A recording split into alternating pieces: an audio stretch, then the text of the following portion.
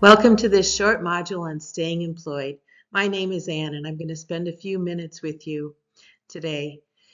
Many workshops and seminars and even online courses focus on getting a job, but staying employed once you find the job is also important.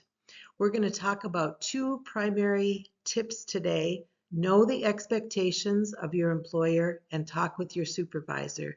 These things should help you be successful in the new job. Let's get started. We're going to talk about expectations.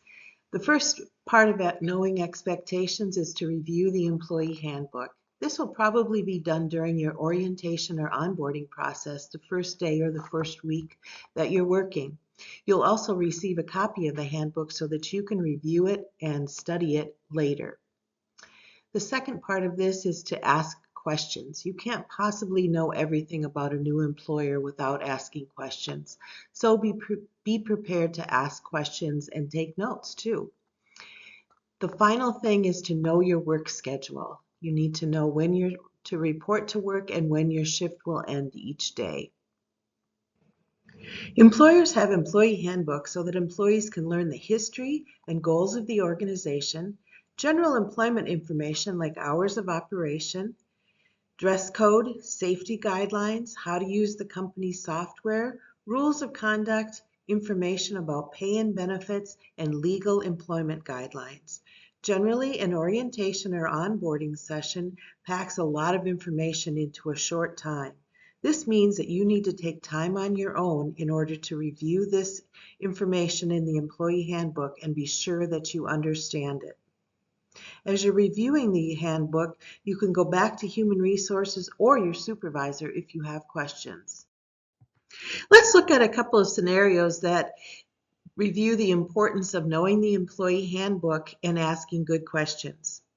First, Hector. Hector started working for a manufacturing plant and learned from the employee handbook during the onboarding process that all employees in the plant were required to wear steel-toed boots. Hector didn't own any steel-toed boots, but the employee handbook explained that employees could get an advance on their pay to buy this type of boot. They would pay back the cost of the boots during their first month of work through payroll deductions.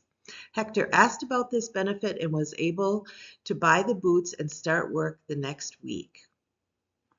Rob learned by reading the safety guidelines section of the employee handbook that he could take 3 online safety classes during his first month of employment to qualify for a small pay raise. He needed to schedule this time with his supervisor for the last 15 minutes of work on 3 different days. The classes would include a test at the end to verify that he had completed them. He needed to ask his supervisor about scheduling this training. He does want to qualify for a pay raise. Who wouldn't? As you saw from the 2 examples with Hector and Rob, asking questions is really important. There are no dumb questions. There are, however, missed opportunities from not asking questions. If Hector hadn't asked the question and gotten permission to get an advance, he wouldn't have been able to buy the boots and start work the next week. If Rob hadn't learned about the safety guidelines and then asked his supervisor about scheduling those training sessions, he wouldn't qualify for a pay raise. Ellie can provide us with an example about knowing your schedule. Ellie learned through the employee handbook that she would need to find her own replacement if she was going to miss one of her waitress shifts. Her supervisor told her that each week a schedule for the 2 weeks out would be posted and that her work shifts might vary week by week. This meant that she would need to pay attention to her schedule and be sure she was able to cover her shifts. Also, she should build relationships with coworkers so she could call on one of them if she needed to switch shifts with them. Your supervisor is an important person to get to know. Employees sometimes are afraid of their supervisor, but the role of your supervisor is to make sure that you're successful. You can request input or feedback from your supervisor. Asking about your job performance, how they think you're doing, can be an important way to build a relationship with that person. Admit if you make a mistake. We all do from time to time. Talking with your supervisor about a mistake and figuring out how to make it right is part of building a relationship with that person.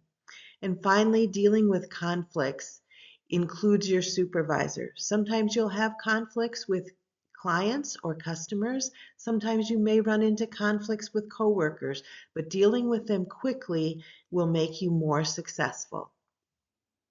Let's look at the value of getting feedback from your supervisor by looking at Robin's example. Robin was starting her first day as a volunteer in the community bakery where they bake bread and buns for local food shelves and community meal sites. She had never worked in a bakery, but the manager told her that she would train her. Robin's first task was to fill the flour bins. She found large sacks of flour in the stockroom to fill the plastic bins in the kitchen.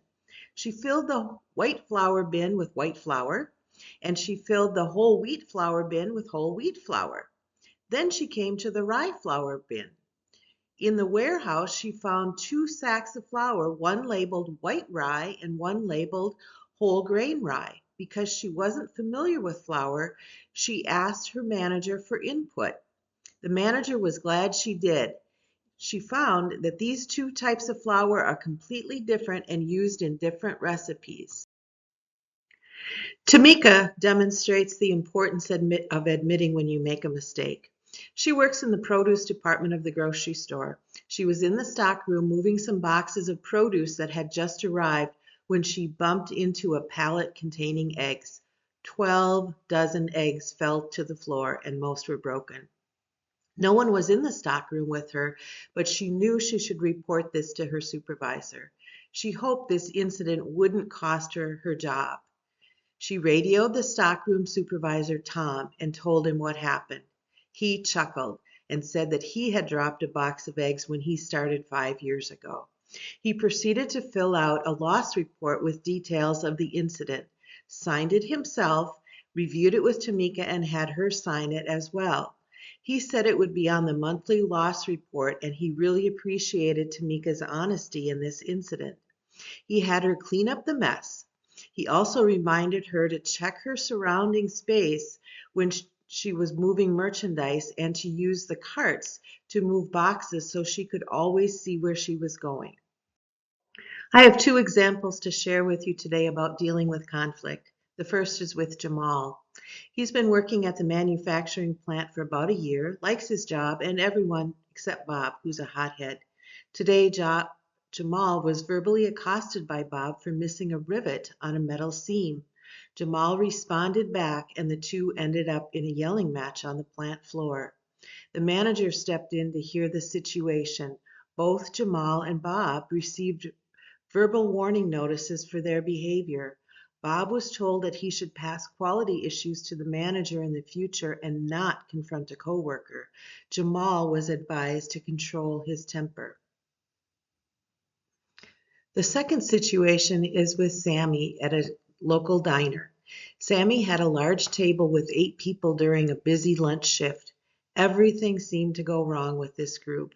First, they were seated at a table that had been cleared but not wiped down. Then 3 people ordered coffee just when the new coffee wasn't done and they had to wait. Now the orders all came out and one was totally wrong, so the customer sent it back and was angry. Sammy checked her entry on the system after she requested a new meal for the customer. She had entered right into the system. The kitchen had sent the wrong meal. Last time this cook had a wrong meal, he caused a scene when she told him about it. Today, Sammy went to the shift manager and quietly explained the situation to him. The shift manager went to the customer, apologized to the table for the mistake, and offered to buy desserts for everyone. The customers were happy, and Sammy was relieved not to have a conflict with the cook again. I hope you found these tips for staying employed helpful. I hope you have success on your new job. And I just want to leave you with this thought. Expect the best of others and allow them to receive the best from you. Thank you and good luck.